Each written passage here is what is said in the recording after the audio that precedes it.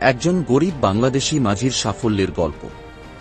জসিমউদ্দিন একজন দরিদ্র মাঝি বাংলাদেশের একটি ছোট নদীপাড়ের গ্রামে জন্মগ্রহণ করেন। তার পরিবার জীবিকা নির্বাহ করত নদীতে মাছ ধরে এবং ছোট নৌকা চালিয়ে যাত্রী পারাপার করে।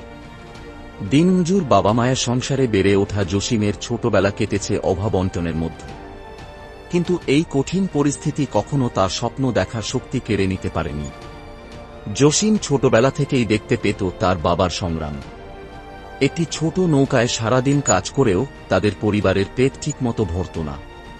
তবুও নদীর সঙ্গে তার গভীর সম্পর্ক গড়ে ওঠে। নদীর ঢেউ, পাখিদের ডাক আর প্রাকৃতিক সৌন্দর্য তাকে সবসময় টানত। তিনি ভাবতেন কিভাবে তার এই ছোট জীবনের চাকা বদলানো যায়। জসিম পড়াশোনায় আগ্রহী ছিল, কিন্তু অর্থের অভাবে বেশি দূর এগোতে পারেননি। ষষ্ঠ শ্রেণী পর্যন্ত পড়ার পর তাকে বাবার সঙ্গে নৌকা চালানোর কাজে যোগ দিতে হয়। এই কাজ করতে গিয়েই তিনি উপলব্ধি করেন শুধু মাছ ধরা আর যাত্রী পারাপার করে তাদের জীবন বদলানো সম্ভব নয়। তিনি বুঝতে পারেন নদীকে কেন্দ্র করেই বড় কিছু করার সুযোগ রয়েছে। নিজের চিন্তাভাবনাকে কাজে লাগিয়ে জসিম স্থানীয় পর্যটকদের জন্য নৌকা ভ্রমণের একটি ছোট উদ্যোগ শুরু করেন। প্রথম দিকে কেউ তার পরিকল্পনাকে গুরুত্ব দেয়নি, কিন্তু তিনি ধৈর্য ধরে তার পরিকল্পনা এগিয়ে নিয়ে যান। তিনি তার নৌকাকে সাজিয়ে গুছিয়ে তুলনামূলক আরামদায়ক করেন এবং পর্যটকদের আকৃষ্ট করতে সেবার মান উন্নত করেন।